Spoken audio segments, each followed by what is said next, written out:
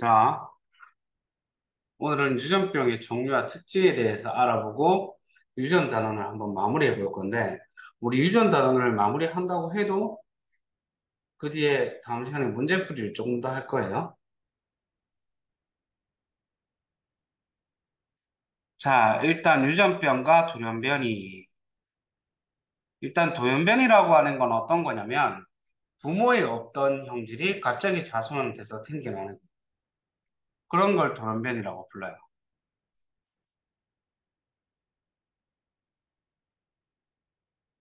생물의 형질을 결정하는 유전 정보가 있는 염색체나 유전자의 변화가 일어나서 돌연변이가 생성되고 자손에게 유전이 됩니다.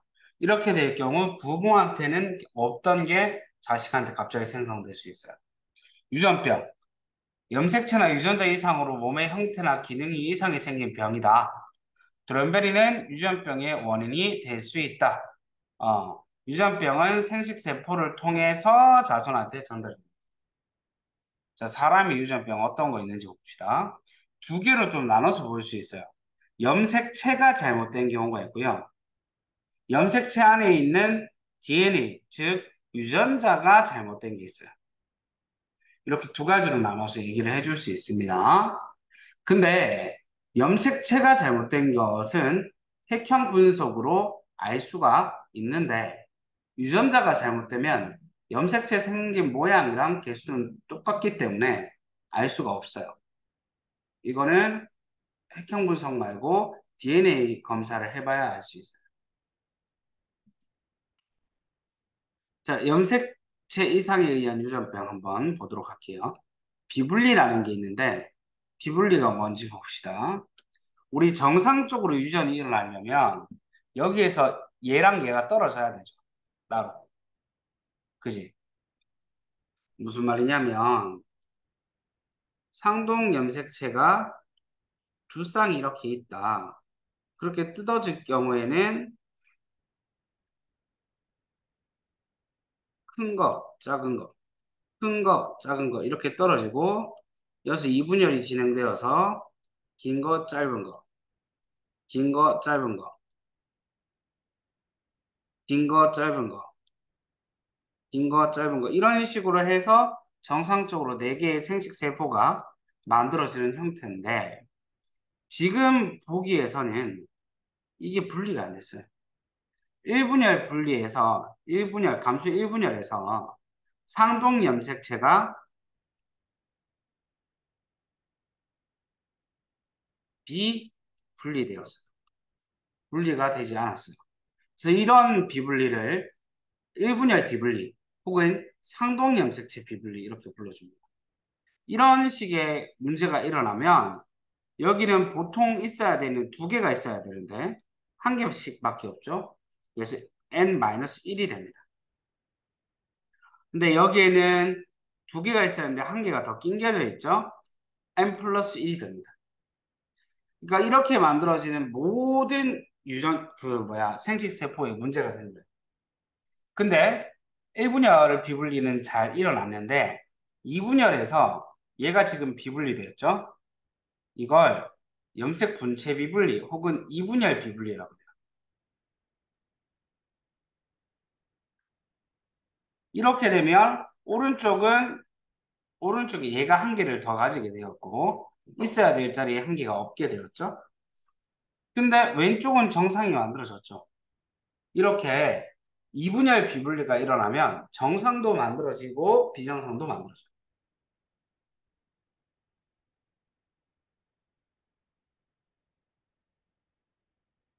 그럼 비분리가 일어나는 애들이랑 이제 비분리가 안 일어나는 애들이랑 결합해가지고 수정이 일어나면 어떤 자식이 만들어질까? 21번 염색체가 비분리가 돼가지고 한쪽에서 두 개가 넘어왔는 거야. 그래서 21번 염색체를 세 개를 가져버린 거야. 그러면 46개 있어야 되는 게 한 개를 더 갖게 되겠죠. 그래서 총 47개의 염색체를 가지게 되는데 21번이 3개가 있을 경우에 다운 증후군이 됩니다. 혹은 18번이 3개 있으면 에드워드 증후군이 돼요. 다운 증후군은 머리가 작고 미간 사이가 되게 멀고요. 지적장애나 심장기형 같은 것들이 있습니다. 에드워드 증후군은 훨씬 더 심한 지적장애나 훨씬 더 심한 장기의 손상이 있습니다. 그래서 보통 에드워드 증후군 가지고 있으면은 유아기 때 죽어요. 근데 다운 증후군도 그렇게 오래 살지 않아요. 평균 수명이 한 30 정도밖에 안 돼요. 그래서 중학교 때 다운 증후군 친구가 있었거든. 잘해줄 걸. 모르지. 살아있었으면 좋겠다. 자, 그래서 에드워드 증후군은 18번 염색체가 3개 있는 거. 놀리고 그런 거 하면 안 돼. 물론 내가 그 친구를 놀리거나 괴롭히지 않았어요.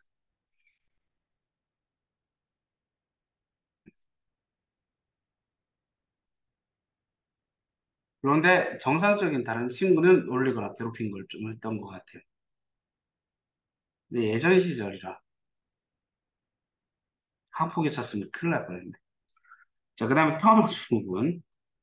터너 증후군은요, 기분리가 일어나서 아까 전에 한 개씩 없는 애들 봤죠. 성염색체가 XX나 XY나 둘 중에 한 개가 돼야 되는데, 비어 있는 거야. X 염색체 한 개밖에 없어요. 이걸 터너 증후군이라고 불러주고, 전체 염색체 개수가 한 개가 부족하겠죠? 이러면요, 겉으로 봤을 땐 여잔데요, 2차 성징이 잘 안 일어납니다.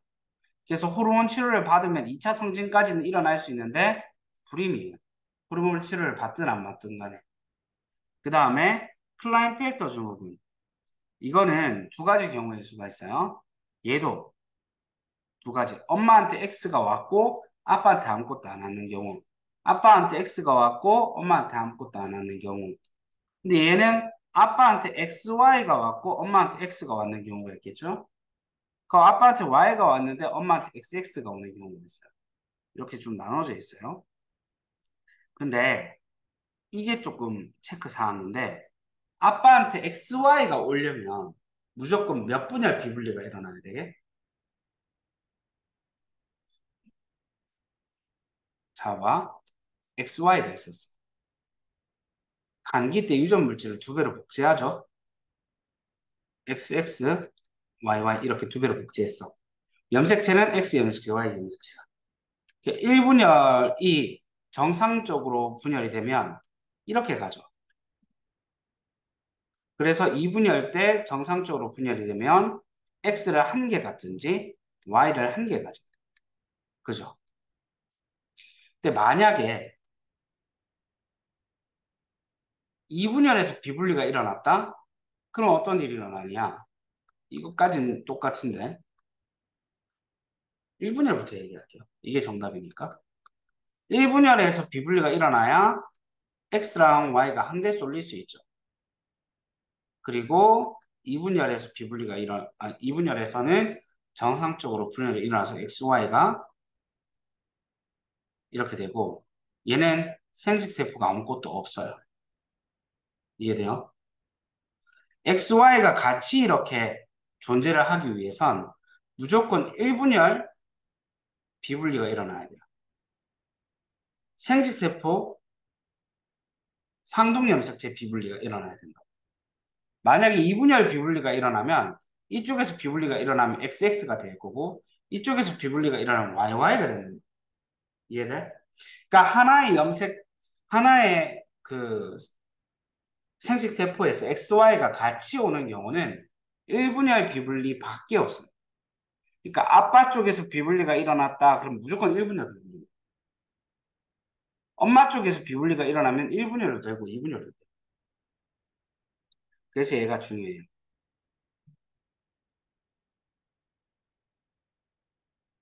자, 방금 전에는 이수성 비분리, 즉 염색체가 뭐 이렇게 분리가 잘못돼갖고 염색체의 개수가 더 많거나 더 적거나 이런 문제점을 얘기를 했다면 지금부터는 염색체의 생긴 모양이 잘못된 경우를 얘기해 볼 거예요. 네 가지가 있습니다. 결실, 여기, 중복, 전자. 결실이라고 하는 것은 C가 있어야 되는데 없는 거야. 고양이 울음 증후군 5번 염색체가 결실되어서 혹은 윌리엄스 증후군 그러니까 여기라고 하는 거 상동, 이제 같은 염색체에서 유전자가 제자리가 아니라 다른 자리로 가는 거예요. 젠장을. 녹음하고 있는데.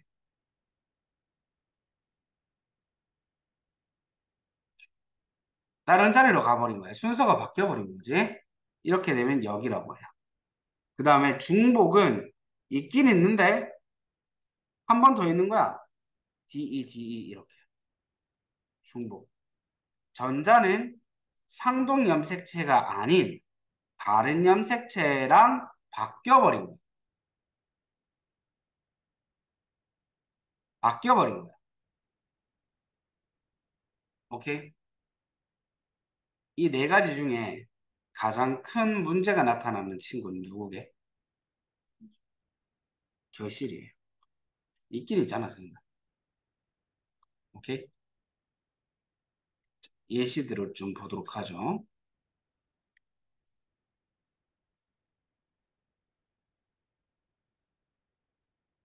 5번 염색체 결실, 고양이 울음 증후군. 아기가 우는데 고양이 울음소리가 나.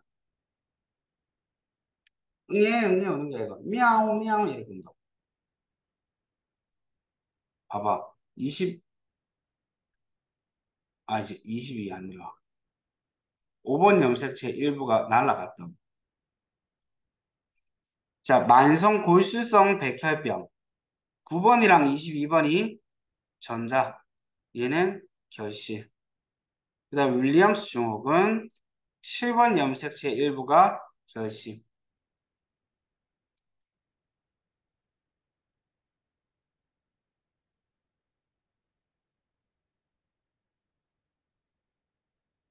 자, 유전자의 이상에 의해서 유전병이 나는 걸 보도록 할게요. 이건 핵형 분석으로 알 수 있다 했어, 없다 했어? 없다고 했죠. 그래서 염색체의 구조나 수에 영향을 주지 않으므로 핵형 분석으로는 알 수가 없다. 유전자 이상에 의한 유전병, 남모양 적혈구 빈혈증 같은 거 있어요. 적혈구가 정상적으로 생기면 이렇게 생겼거든. 근데 비정상적으로 남모양으로 생긴 거. 이게 왜 그런지 봅시다. 원래 글루탐산이라는 아미노산이 와야 돼요. 그걸 지정해주는 애가 이제 GTT란 말이야. DNA 염기 서열이. 근데 미안해, CTT. 근데 T 대신에 A가 와버린 거야. CAT가 되버렸어. 그럼 글루탐산이 아니라 발린이라는 아미노산을 가지고 와요. 그래서 덩어리 잡는 단백질이 만들어지는 경우 적혈구 모양 이렇게 남 모양이 되어버립니다. 적혈구의 주 역할은 산소 운반이에요. 그러면 남 모양 적혈구는 산소를 제대로 운반할 수 있겠어? 안 되겠지. 그래서 얘는 빈혈이에요.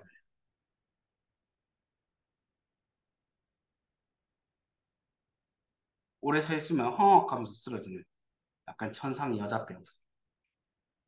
그런 게 걸리게 되는 거예요.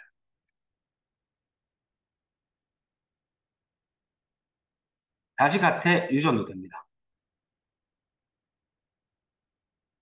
자, 그 다음 페닐케톤요증. 오줌을 놓는데 오줌에 검정색 오줌이 나와. 사실 그게 문제가 되는 건 아니에요.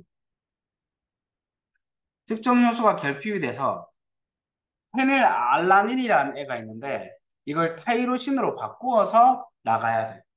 근데 이걸 못 바꾸니까 페닐알라닌이 몸에 점점 축적돼요. 그럼 페닐알라닌들끼리 합체되면서 뭐가 만들어지냐면 페닐케톤이라는 물질이 만들어지는데 이게 문제야. 이 물질은 중추신경계를 파괴시켜요.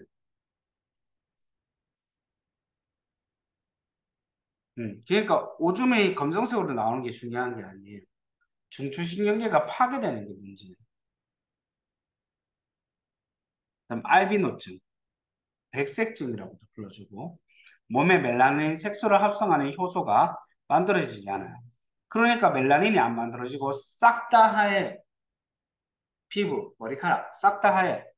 심지어 동공 색깔도 파란색이나 초록색이나 빨간색이나 이렇게.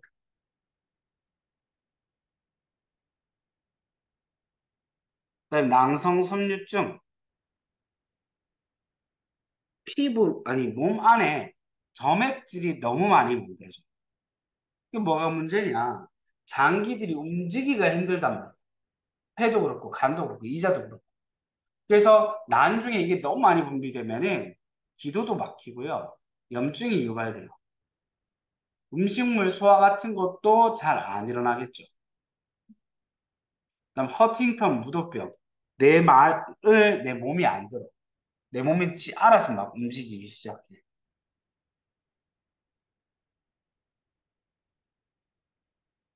이거를 허팅턴 무도병이라고 부르습니다. 됐나요? 근데 이 허팅턴 무도병의 특징은 우성 유전이 된다는 거. 우성으로. 그러니까 이 유전병을 이렇게 열성일 경우에 둘 다 가지고 있어야 염색체에 문제가 일어나는 건데 이건 한 개만 가지고 있어도 문제가 일어날 수 있습니다.